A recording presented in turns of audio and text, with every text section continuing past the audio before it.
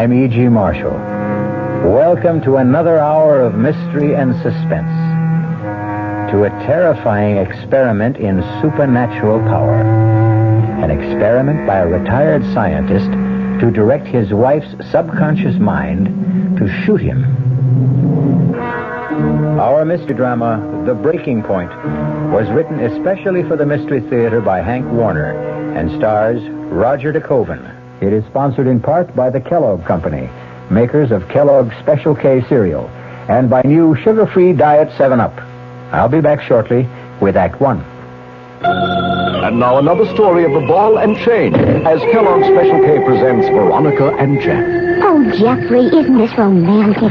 Out in a quiet lake at night with you rowing the boat. Yes, Veronica, it's really neat. Jeffrey, what was that? Frogs. Frogs that go bonk? They're pretty weird frogs. Oh, Jeffrey, you're such a card. You have a ball and chain, like the ones they use in those Special K commercials. Yes, Veronica, it symbolizes my few pounds of extra weight. But I'm going to get rid of it. How? By exercising. You know, like rowing this boat and eating smart at every meal, starting with a Special K breakfast. You mean a 1-ounce bowl of high-protein Special K, 4 ounces of skim milk, orange juice, and coffee? Precisely. It's less than 240 calories, and it tastes delicious. It'll help me get rid of this ball and chain. I'll help too, Jeff. After all, we're all in the same boat. You have a ball and chain, too. Your happy ending could begin with the Special K breakfast from Kellogg's. There's a very special deal going on at all offices of Suburban Savings throughout North Jersey. It's called Suburban Special Interest Deal, and you'll be especially interested in the savings you get. A top 7.90% effective annual yield on Suburban's limited issue 7.50% savings certificate. And Suburban guarantees it from 4 to 10 years, minimum deposit $2,500. Early withdrawal prior to maturity is subject to a substantial penalty. Suburban compounds interest continuously from day of deposit, paid quarterly. So you not only get interest on your savings, you get interest on the interest. And Suburban offers you the highest interest rate allowed by law. Here's your chance to get a great savings. A top 7.90% effective annual yield on Suburban's limited issue 7.50% savings certificate. Why not deal yourself into Suburban Savings Special Interest Deal in Bayonne, Edgewater, Elmwood Park, Emerson, Hackettstown, Morris Plains, Nutley, Paramus, and Sparta.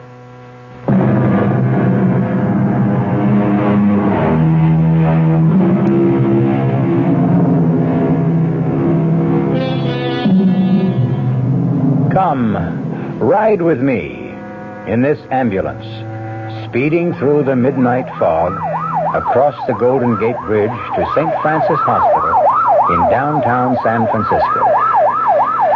As the trauma emergency team tries with plasma and oxygen to keep critically wounded Professor William Baker alive.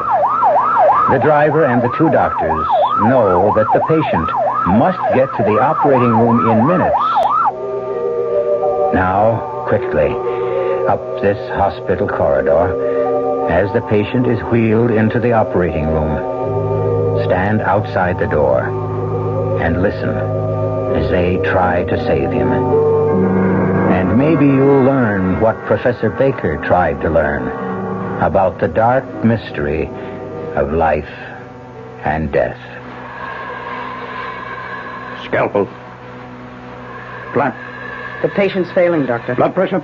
62/40. Adrenaline. I can hear them trying to save me, but I'm going to die. And I want you to know that I'm dying, all because I made my wife murder me. Yes, I am dying because I conducted an experiment to influence my wife's subconscious mind to the point where she was going to murder me.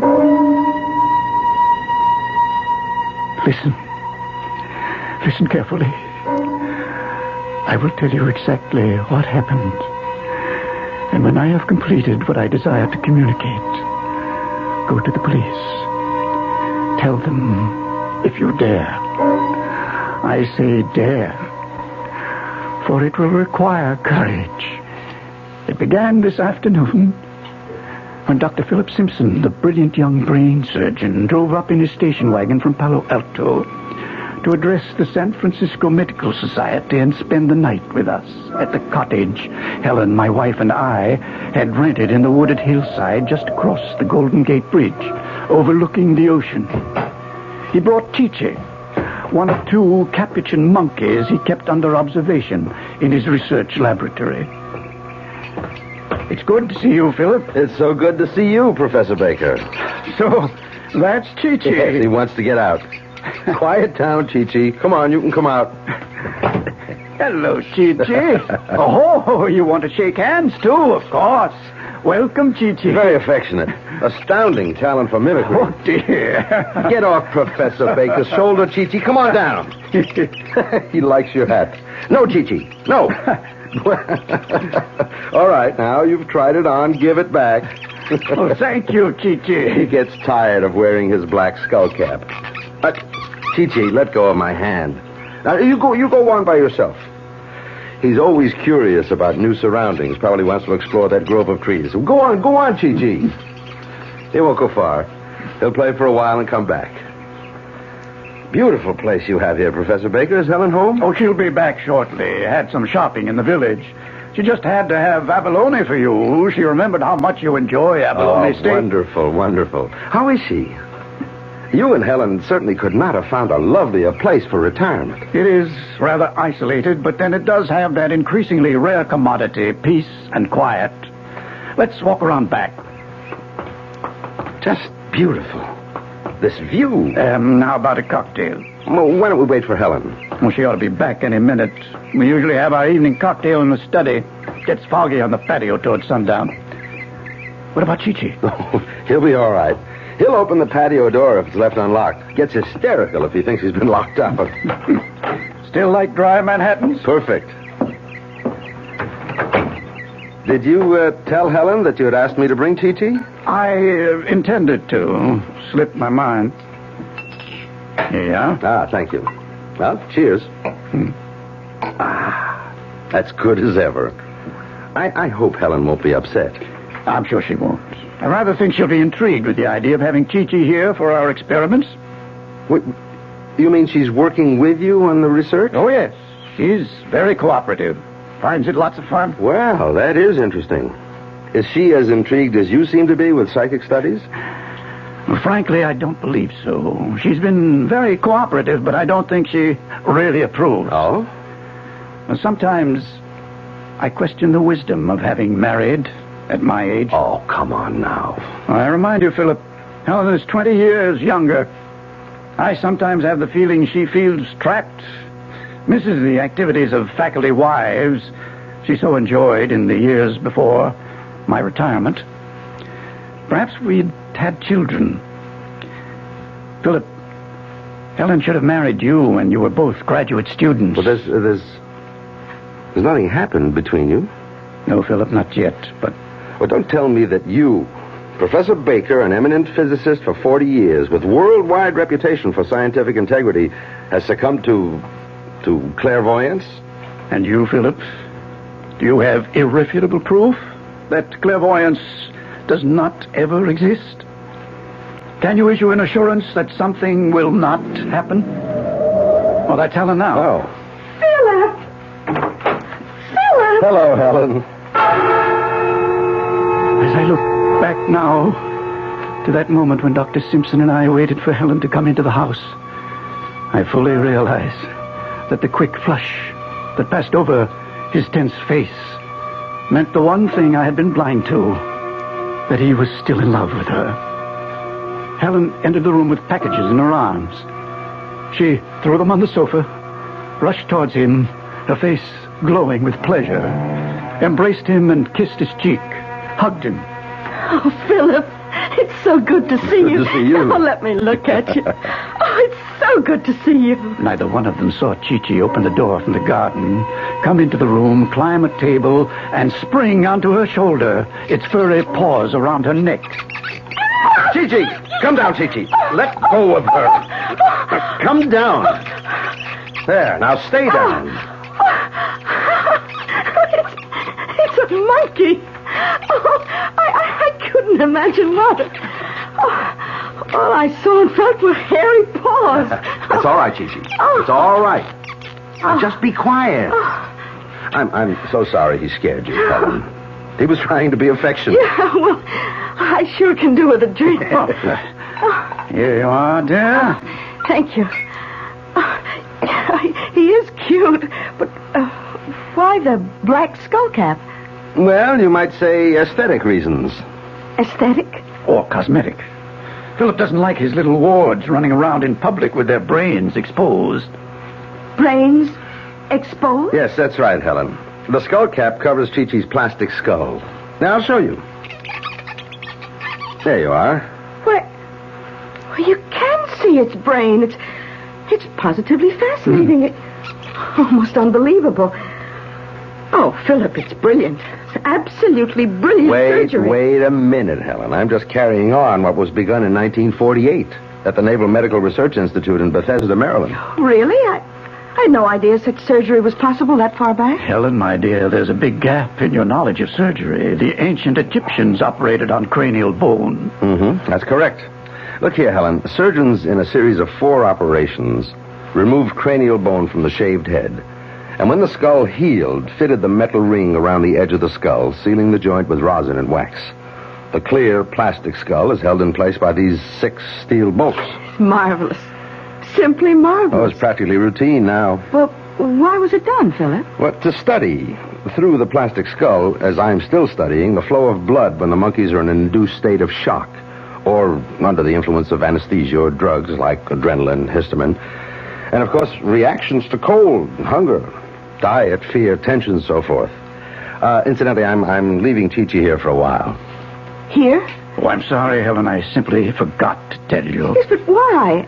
I mean, why is it being left here? What Philip is too polite to say, my dear, is that he's loaning Chi-Chi to me for extrasensory and paranormal experiments, to make my own observations. I believe he hopes to convince me that the brain monkey's or man's fails to respond with a measurable reaction to mental energy messages. Exactly. Look, I'm curious. Why must the experiment be with a monkey when a dog, a horse? Philip understands, don't you, Philip? Well, Helen, in the scale of intelligence among animals, the monkey has the highest ability to learn, next to man. Oh, Philip, what time is your lecture? Well, I should be at the academy by 8. Good. Give us enough time for another cocktail. And not have to rush through dinner. Darling, please shake up another round. I'll take these packages to the kitchen. Well, here, let me carry them in. Oh, well, just put them on the counter, Philip. Anything else I can help you with? Just show me where things are. I'll help set the table. What is it, Helen? You all right? Yes. The table. What are you talking about? I said I'd help set the table. Oh, well, later. Let's have our drink and talk. There's so much to catch up with, Philip.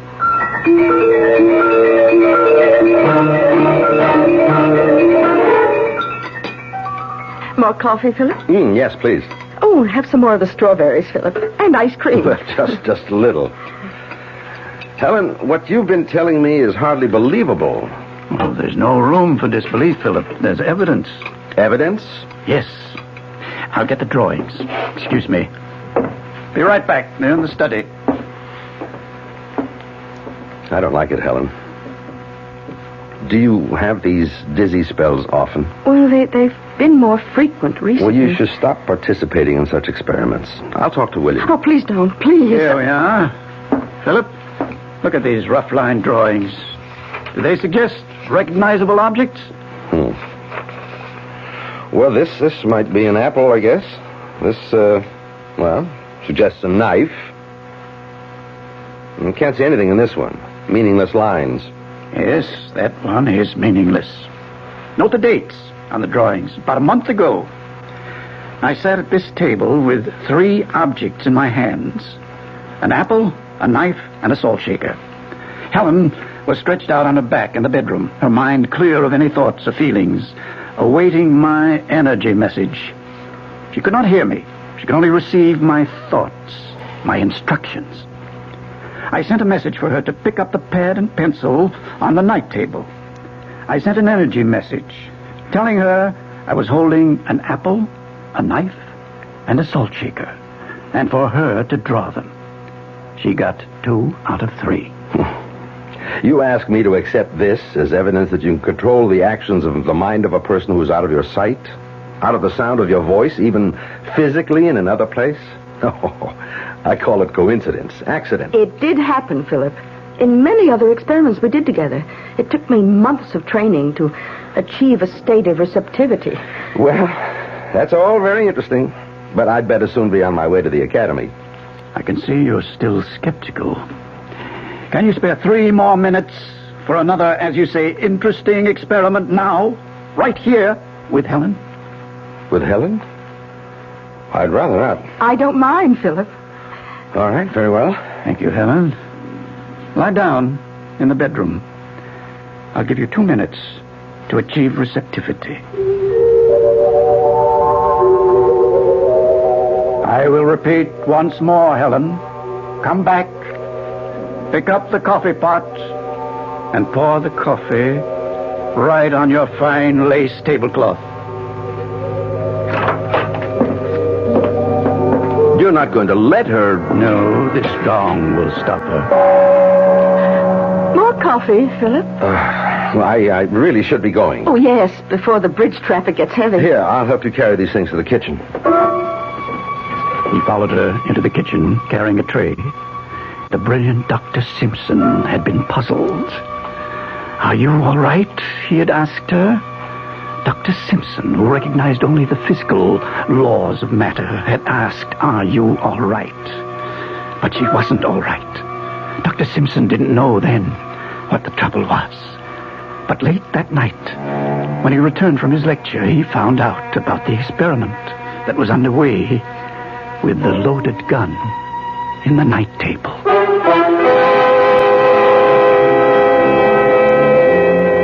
I'll be back shortly with Act 2. Hello, Ms. Goldilocks here, and welcome to my professional taste testing laboratory. Oh, Papa Bear, could you bring that case of sugar-free Diet 7-Up over here? Another case? Miss Goldilocks, you're drinking the sugar-free Diet 7-Up like there's no tomorrow. You can't still be taste testing it. Oh, no, Papa Bear. Sugar-free Diet 7-Up has already earned my seal of approval. It's fresh, light, natural, delicious. I drink it because I love its taste. Now hurry up. Okay, here. This sugar-free Diet 7-Up really tastes delicious. Ladies, if you're tired of switching from one diet drink to another, take some advice from Ms. Goldilocks. Try sugar-free Diet 7-Up and you'll say, yes, this one's just right. I'll bear witness to that, Goldie.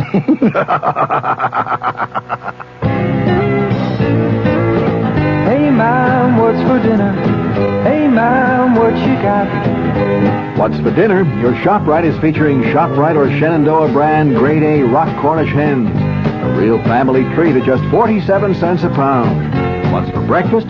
Listen to these ShopRite values. ShopRite Grade A large eggs, 59 cents a dozen. ShopRite sliced bacon, 1 pound package, 79 cents. ShopRite Grade AA butter, 1 pound brick, 69 cents. Crown Top white bread, 22-ounce loaves, 3 for $1. Save on every meal at ShopRite. She loves the family. She wants the best.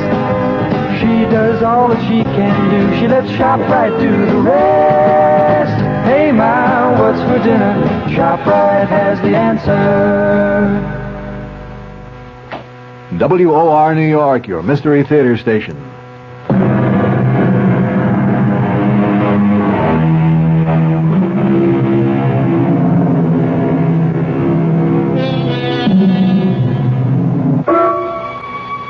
Helen didn't wait up for Dr. Simpson to return. I waited in the study, dark but for the small lamp on my desk, and still, except for the soft breathing of Chi-Chi asleep in the shadowy corner of the sofa. I waited and read until I could be sure that Helen was sound asleep. I unlocked my desk and took out the one notebook I kept hidden from her and made an entry.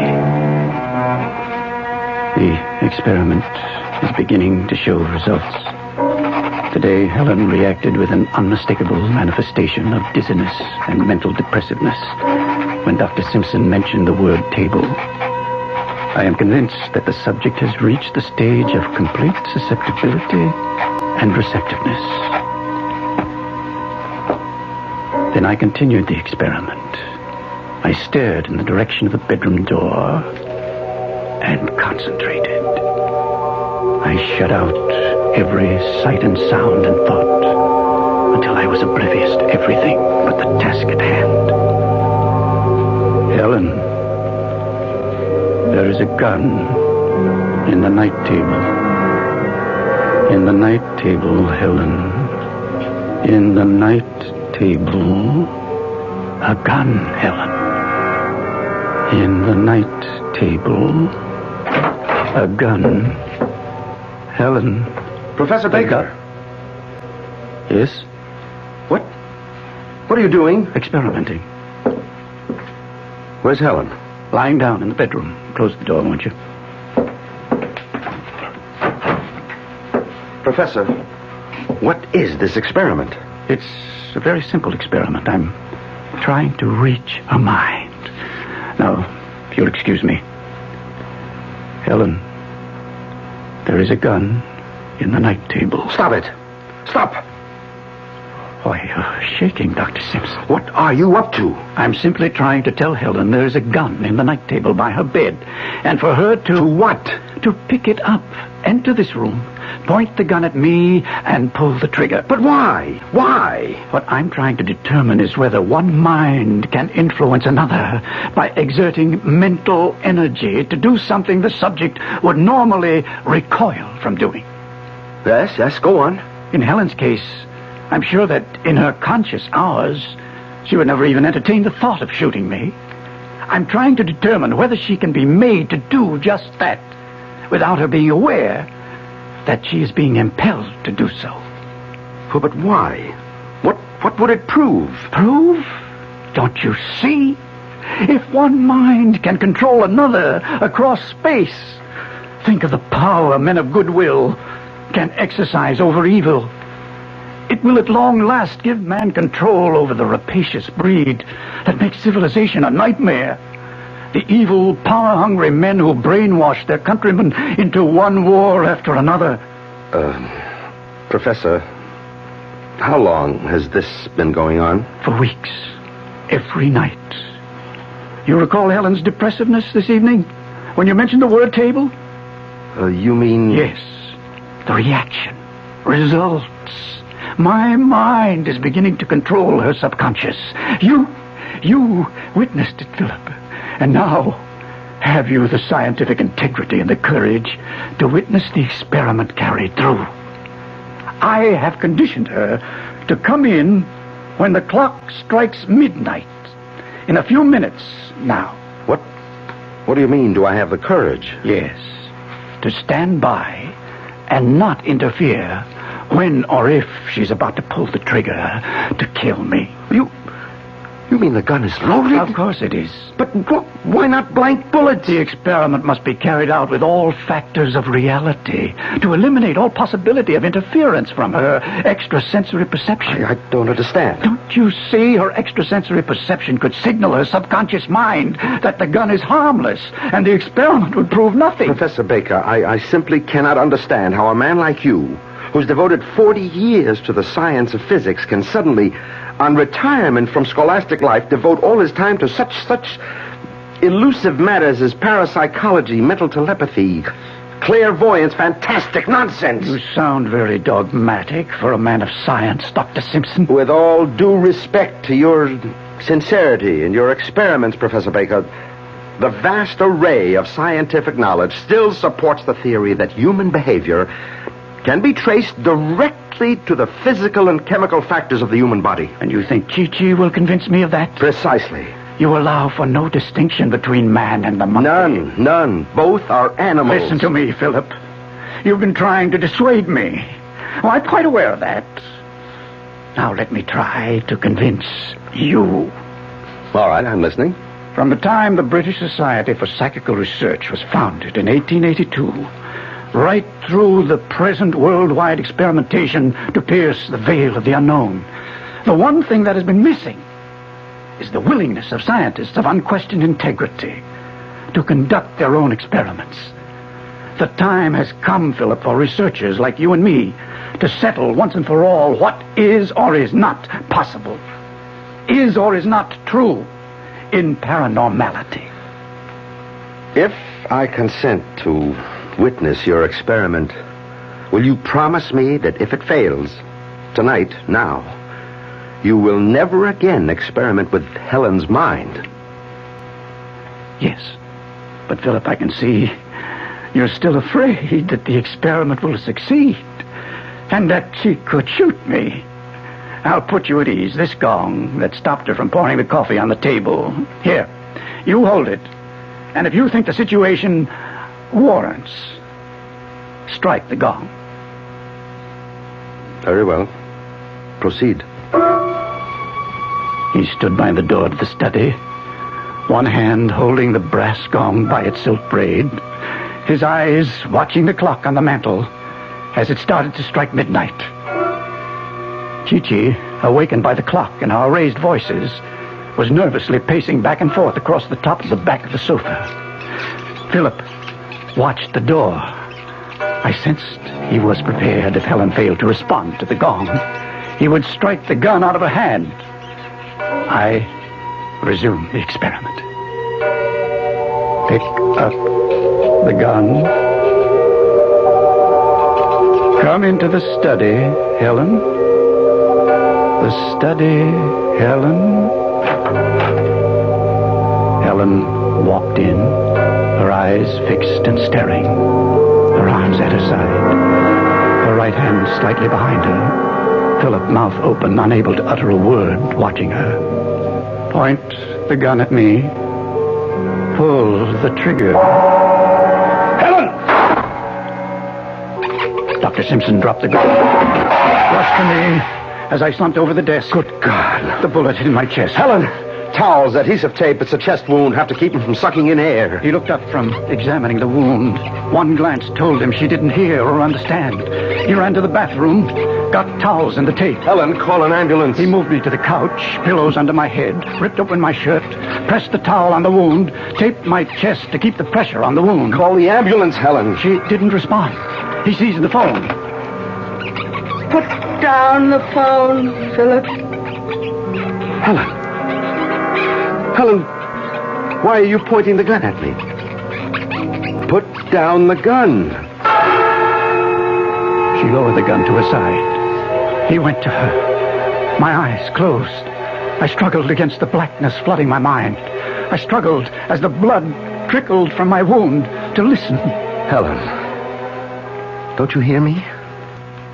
Answer me. Answer me! Why did you slap me, Philip? Helen, do you know what you've done? Well, what have I done? You've shot him. Who? Your husband, Professor Baker. We've got to call an ambulance, Helen. His pulse is... Will he live? The ambulance, Helen. He won't live, will he? I can see it in your face, Philip. He won't live. He'll die if he doesn't get to the operating room. I want him to die. What did you say? I want him to die.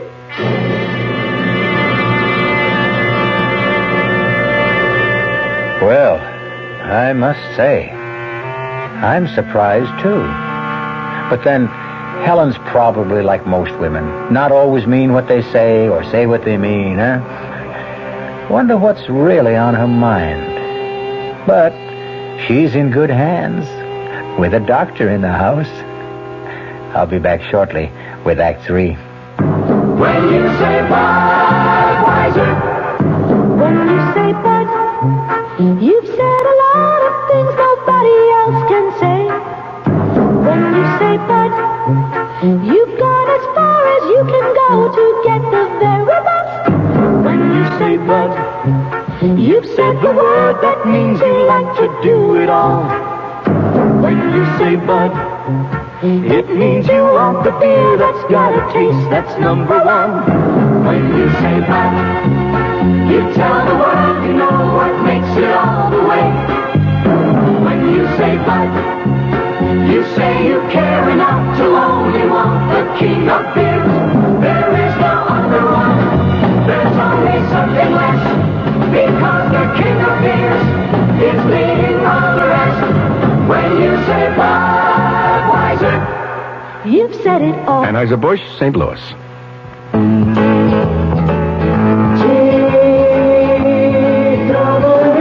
People who fly a lot get to know the difference between one airline and another. And it's these frequent flyers who tell us they're more comfortable flying on TWA.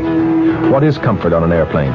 It's coach on our wide-body 1011, where all seats are 2 across. It's 1011 first class, where seats swivel around so you can talk or have dinner with friends. TWA Comfort is a roomy 747 with contoured seats you can sit in for 5 hours without getting fidgety. And Comfort is the TWA twin seat in 707 coach, which lets you fold down the middle section if nobody's there and sit 2 across instead of 3. On long TWA flights, you'll also have a choice of meals and movies on movie flights. But above all, you'll be comfortable. That's what TWA Ambassador Service is all about. Only TWA flies the wide-body 1011 to Los Angeles and the big comfortable 747 to San Francisco. Call your travel agent or TWA for reservations.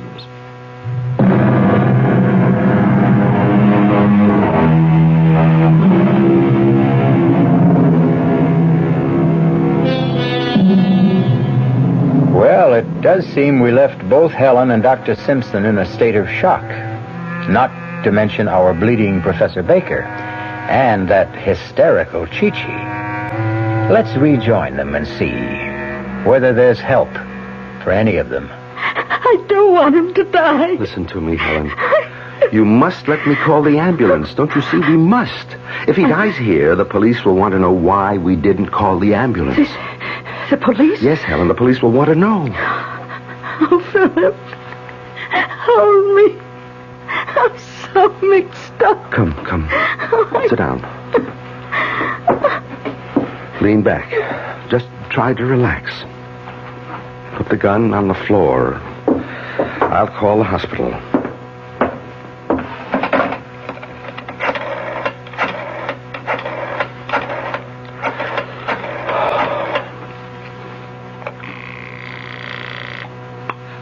St. Francis Hospital. This is Dr. Philip Simpson. Yes, doctor. I need the ambulance trauma team at once. 47 Edgecliff Road. Critical chest wound. Gunshot. Yes, doctor. I'll put it right through. Now, I want you to call the police, Helen. The police? Yes, they'll be here soon anyway. They're always alerted about requests for an ambulance. But I want you to call them for the record. It will be important at the trial. I'll get them on the phone. You talk.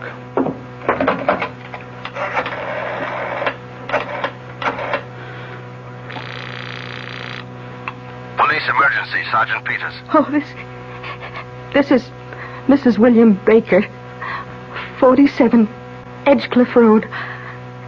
I want to report that I just shot my husband.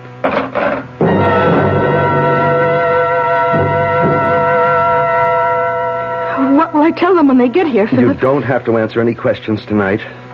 I'll have the law firm of Kendall Prentice represent you. They're specialists in forensic medicine. The Chinese gong in the dining room. It's Chi-Chi, imitating what I did. Chi-Chi, stop that. You hear me? Stop that. Let me have it, Chi-Chi. Now come here. Drop it. Drop it. Let go of it, or I'll break your paw. Those Capuchin monkeys. They want to imitate every new thing they see. Chi-Chi, go sit down in that corner. Go on, and stay there. They're intelligent, but they can be very trying. Chi-Chi is acting strangely tonight. Usually obeys a command immediately. Well, perhaps Chi-Chi's nervous system has been affected by what's happened here. Perhaps its brain has intercepted some of William's energy messages. Nonsense, Helen. That's impossible. I mean, Chi-Chi can sense excitement and tension in a room, but as for intercepting Professor Baker's energy messages, I'd better check his pulse. Weak. Very weak. What's keeping that ambulance? Philip! Chi-Chi's got the gun! Chi-Chi! Let me have that gun.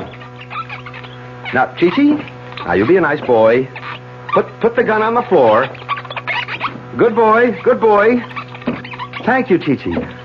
Thank you. Now go back in the corner and please stay there.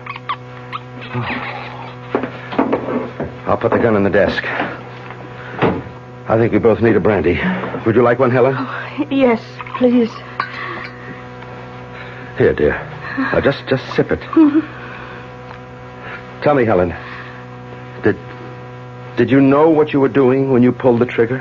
What do you think, Philip? I don't know what to think yet.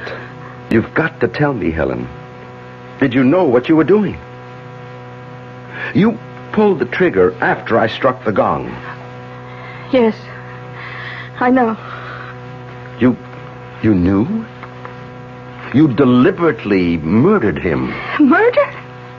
I shot him because he told me to. He made me do it. But if you knew what you were doing, the police will call it murder. Look, I told you I knew what I was doing, but I won't tell the police.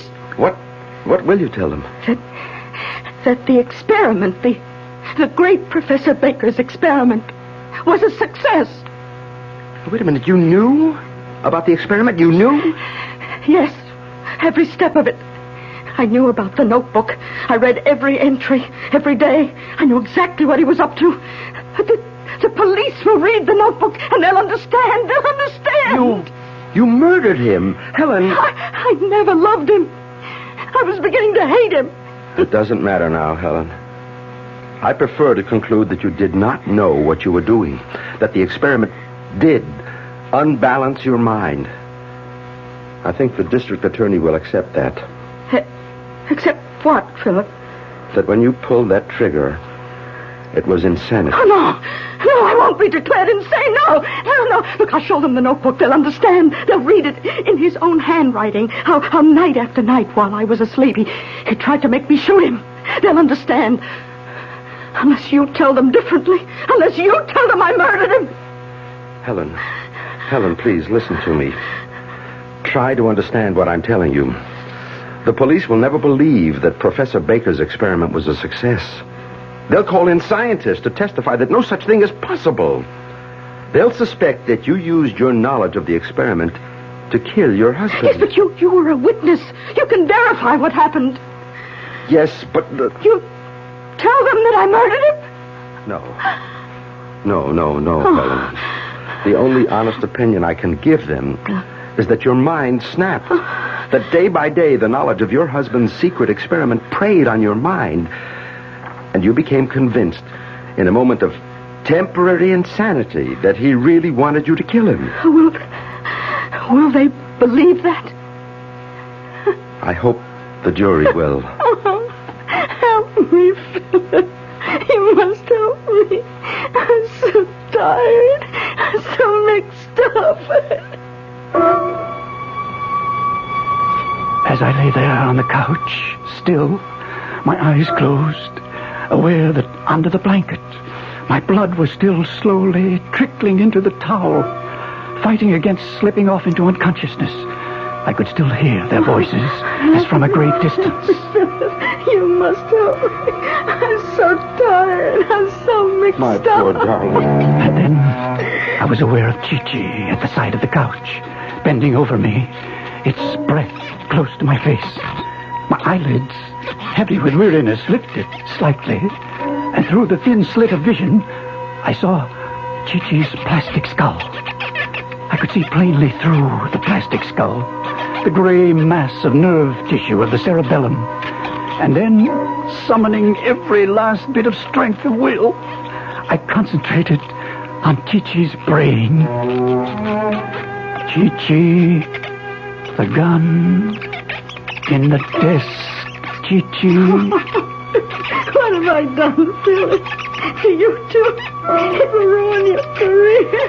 Go to the desk, Chi-Chi, in the drawer, the gun.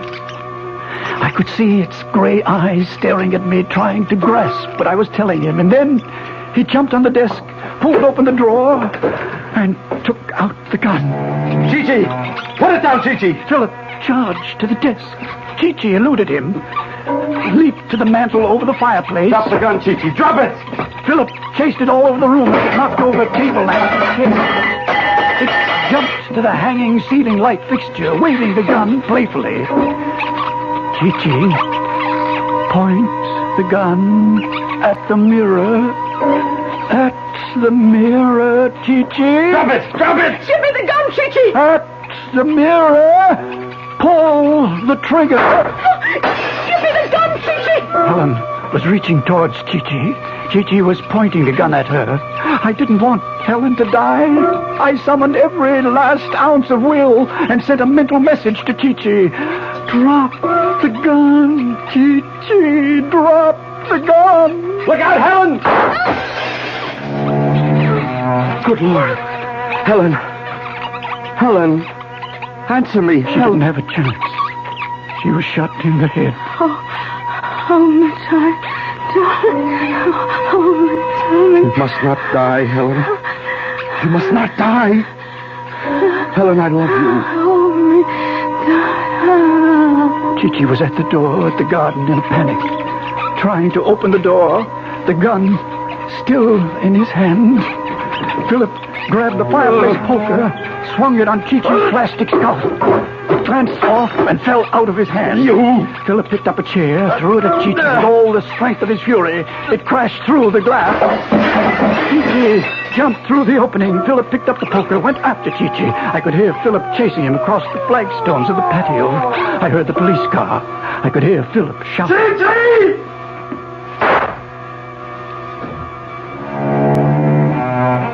Then all was still, deathly still.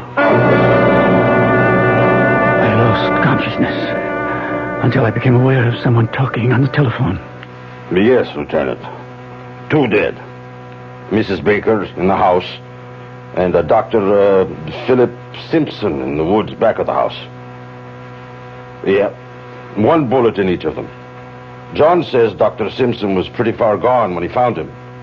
Says he tried to tell him something. John thinks it was something about a monkey still running around out there with a loaded gun. It beats me too, Lieutenant. No, nothing else. Oh, yes, we found a black skull cap hanging on the chandelier.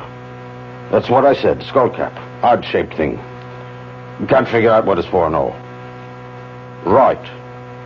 Oh, better get that ambulance out here fast. Professor may still have a chance. Here it comes now, Lieutenant.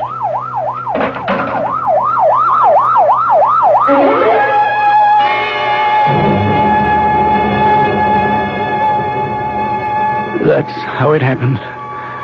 Exactly how it happened. The police are still puzzled. Chi-Chi will probably find roaming the woods the gun somewhere nearby. Chi-Chi did it. Tell the police Chi-Chi did it. Why? Perhaps it was mimicking Helen after it witnessed her shooting me. I shall never know. As for whether my wife murdered me willfully, or suffered temporary insanity, or was influenced by my mental energy, you must judge for yourself after you read the full record of the experiment in the notebook. Yes. Go tell the police and Professor Seligson. You can locate him through the American Society of University Professors. Tell them I decided to communicate the foregoing just an hour ago when I heard the operating team give me up.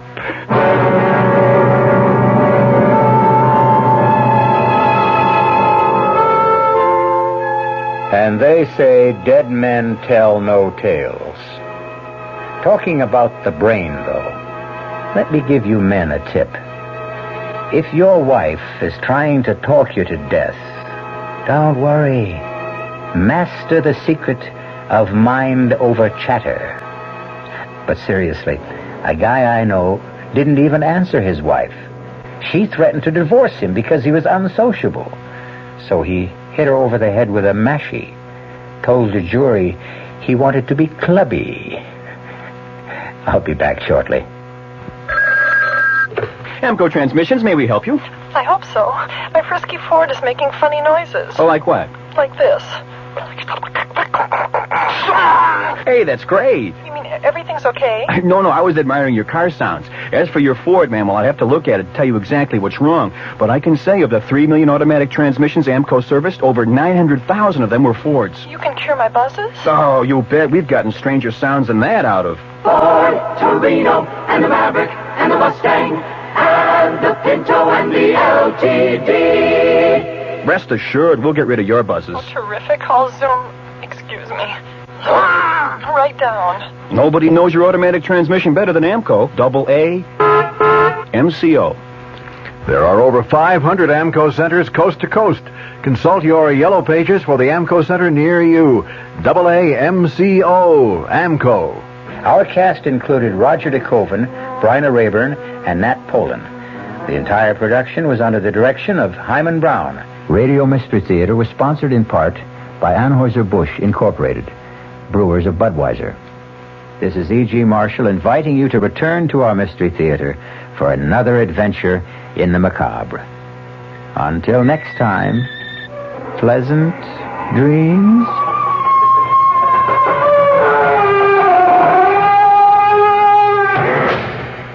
The WOR Mystery Theater was brought to you by ShopRite Supermarkets, where you get a lot more for a little less, and by Suburban Savings with offices throughout North Jersey. The preceding Mystery Theater program was furnished by the CBS Radio Network.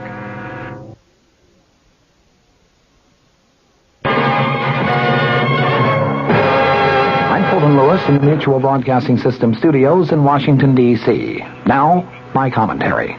The staff of the Senate Watergate Committee says that the weight of the evidence before it tends to establish that former Attorney General John Mitchell did approve the plans that led to the original Watergate break-in. Convicted Watergate conspirator G. Gordon Liddy is alleged to have used large sums of money provided by the Committee for Re-election of the President to finance that break-in and the wiretapping at the Democratic National Committee headquarters in the Watergate Hotel and office complex here in Washington. A draft report of the Watergate staff's conclusions also said that available facts can only support the conclusion that payments made to the Watergate defendants by White House aides were intended only to keep them silent as to the involvement of other persons in the Watergate break-in or other activities embarrassing to the White House.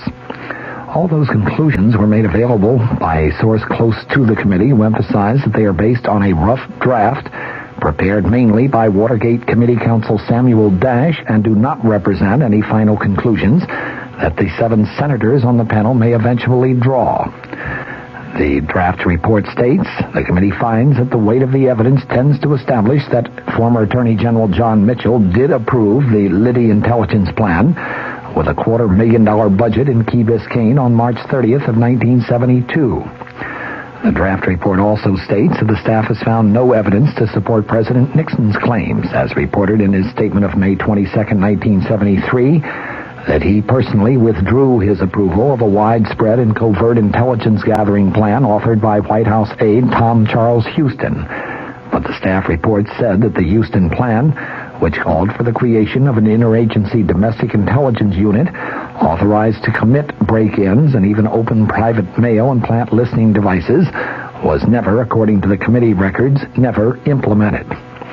The staff report also said no legal justification on national security grounds could be found for the burglary of the office of the psychiatrist of Pentagon Papers burglar, Dr. Daniel Ellsberg. The draft report said the staff finds it difficult to accept the claim of former White House domestic advisor John Ehrlichman that the Ellsberg break-in was not carried out without his express knowledge and authorization. The 170-page draft report will be discussed by the 7 Watergate senators in an executive session on Thursday morning. The public issuance of that report today by the staff member, though, I think confirms the worst suspicions about the Senate Watergate Committee It is outrageous, to say the least, that a group of staff members of any Senate committee could issue such damaging statements about anyone, in effect indictments. That, of course, is the job of the judicial branch of government, where a person who is accused can confront and cross-examine his accusers. White House lawyer James St. Clair formally informed U.S. District Court Judge John Sirica today that President Nixon will turn over no more Watergate tapes, and Special Prosecutor Leon Jaworski said that he would continue the court fight to get those tapes. Judge Sirica himself issued a statement after a meeting in his chambers saying that he would meet with the lawyers in the case on Friday to map out the impending court battle. St. Clair announced at the White House yesterday that attempts at working out a compromise over Jaworski's subpoena for tapes and documents covering some 64 White House conversations had been terminated, and that the president would fight the case all the way to the Supreme Court if need be. The chief counsel for the House impeachment inquiry said today that the White House has definitely not given the House Judiciary Committee the full Watergate story, and that he will recommend issuing additional subpoenas to obtain further evidence. Counsel John Doerr made the statement when he was asked at a news conference about that statement of yesterday by St. Clair that, quote, as far as Watergate is concerned, the president has concluded that that full story is now out. St. Clair had also announced the president's decision to give no more Watergate tapes or documents to the Judiciary Committee. Committee Chairman Peter Rodino said that the panel will take the president's refusal to supply additional material under consideration. Possibly next week will address itself to the issuance of a subpoena. Michigan Republican Representative Edward Hutchinson, the senior Republican on the committee, said that he remains opposed to any further subpoena. Hutchinson declared, "I just don't think a subpoena is enforceable." He voted against issuing a subpoena last month. The subpoena, however, was approved by a vote of 34-3 by the panel. Hutchinson today added, "Whatever we get, I think we're going to have to get through negotiation and through discussion, not through subpoena." In another Watergate-related development, the White House did acknowledge today that there might be periods of silence in some of the Watergate tapes that were transcribed and edited for the Judiciary Committee, but it said all the words which could be heard are reflected in the transcripts. In the meantime, a Jesuit priest who serves on the White House staff said today that suggestions that President Nixon's Watergate tapes disclose a degree of immorality are, in his words, erroneous, unjust, and contain elements of hypocrisy. Dr. John McLaughlin made his comments at a news conference that was arranged by the White House in an apparent attempt to counter rising criticism resulting from the recently released transcripts of those White House conversations. Yesterday, as you recall, Senate Republican leader Hugh Scott of Pennsylvania said that those transcripts reveal, in Scott's words, a deplorable, shabby, disgusting, and immoral performance by each of those who participated in the discussions. A cross-section of religious leaders and ethics specialists said that the edited conversations reflect a contempt for fairness and truth. McLaughlin said that his comments were not aimed directly at Senator Scott, whom he described as a venerable and revered figure in American politics, but he said to criticize the president on moral grounds is unjust and politically erroneous because he contended the president's role in seeking world peace shows that he is a man of great moral leadership. Father McLaughlin said today the president is not a god living on Mount Olympus. He is a human being with human imperfections like you and like me. The profanity that was deleted from the transcripts of the president's conversations, he said, should be viewed as a form of emotional drainage, a form of therapy, a form of release. McLaughlin joined the White House staff as a speechwriter back in 1971, and now as a special deputy assistant who describes himself as an advisor, a fact finder, and a presidential spokesman. Question about the president's consideration of the payment of hush money to Watergate defendants. McLaughlin today said the transcripts show that the president never authorized any such payments, but he said the president's discussion of the matter with since-fired White House counsel John Dean was part of a chief executive's right to reasonably entertain all options in considering problems. Father McLaughlin said that he agreed that the presidency has been enfeebled by the continuing controversy over Watergate, but he added, quote, I cannot contemplate any set of circumstances where President Nixon would resign. He said he opposed the original release of the Watergate tapes to the grand juries because he knew it would lead to continuing demands for access to private presidential files. Father McLaughlin today said it's like losing your virginity. The next time is a little easier. William E. Simon was sworn in today as the nation's new Secretary of the Treasury. He promptly called for a new political will in the fight against the nation's soaring inflation rate. The former New York bonds trader said inflation will be his number one problem and project, and he urged the cooperation of the administration and the Congress in helping to solve inflation. President Nixon joked that Simon evidently was practicing productivity in his own personal life, a reference to the fact that 6 of the 7 Simon children sat in the front row during the swearing-in ceremony. Simon has said he believes the answer to the nation's inflation problem is increased productivity, combined with restrained government spending and other moderate monetary and fiscal policies. The White House, whose casual press release type announcement of Simon's nomination 3 weeks ago raised some eyebrows, pulled out all the stops for today's ceremony in the White House East Room, which included music by the Marine Band. Up on Capitol Hill, meanwhile, 7 full months after the energy crush started, the Senate finally started opening debate on legislation to reduce the fuel shortage without addressing the problems of rising petroleum prices. The bill under consideration is a modified version of one vetoed on March 6 by the president, who objected to a provision in it rolling back crude oil prices. The Senate then refused to override the presidential veto. The current bill is chiefly sponsored by Senator Henry Jackson, the Washington Democrat, chairman of the Senate Interior Committee. It would give the new Federal Energy Administration power to implement conservation programs subject to a veto by either house of the Congress. The FEA also would have authority to set up a standby program for rationing gasoline and other petroleum products subject to the same veto provision. The FEA was created under a bill that was signed just yesterday by the president.